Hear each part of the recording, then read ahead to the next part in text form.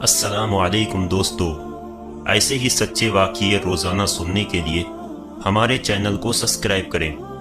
حضرت عبداللہ بن زید رضی اللہ عنہ نے ساری زندگی شادی نہیں کی، جوانی گزر گئی اور بڑھاپا آ گیا۔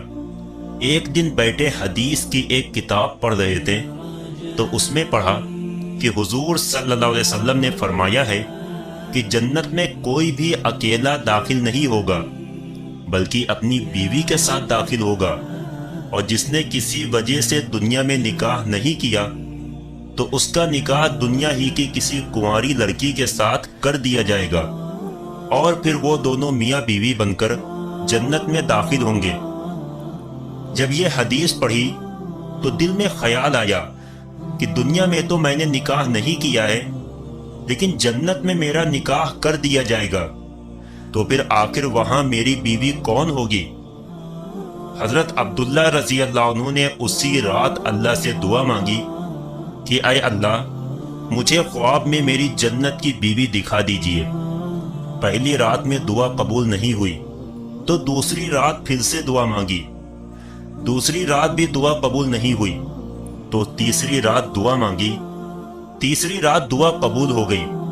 خواب میں دیکھتے ہیں کہ کالے رنگ کی ایک عورت ہے جو حبشہ کی رہنے والی ہے۔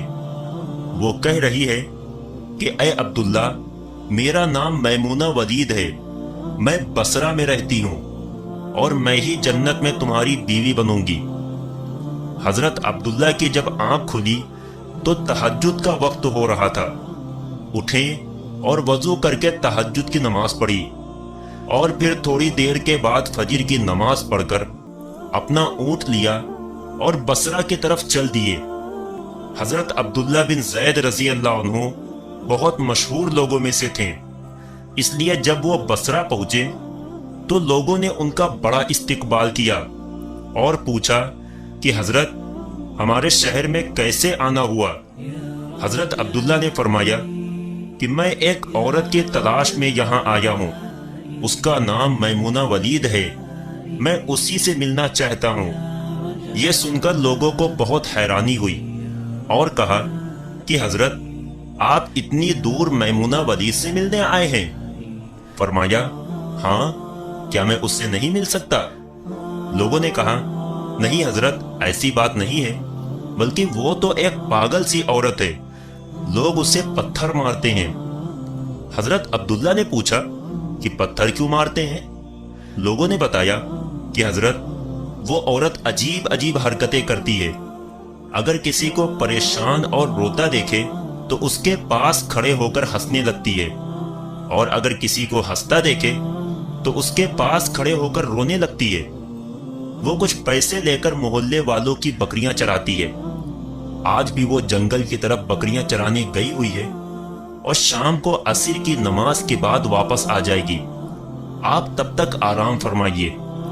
حضرت عبداللہ نے کہا مجھے ابھی اسی وقت اس سے ملنا ہے، آپ لوگ مجھے جنگل کا راستہ بتا دیجئے۔ لوگوں نے کہا حضرت، آپ جنگل کی طرف نہ جائیں، کیونکہ وہ بہت خطرناک جنگل ہے، وہاں شیر چیتے رہتے ہیں۔ لیکن حضرت عبداللہ نے کہا کہ تم لوگ مجھے صرف راستہ بتا دو، مجھے ابھی ہی میمونہ سے ملنا ہے۔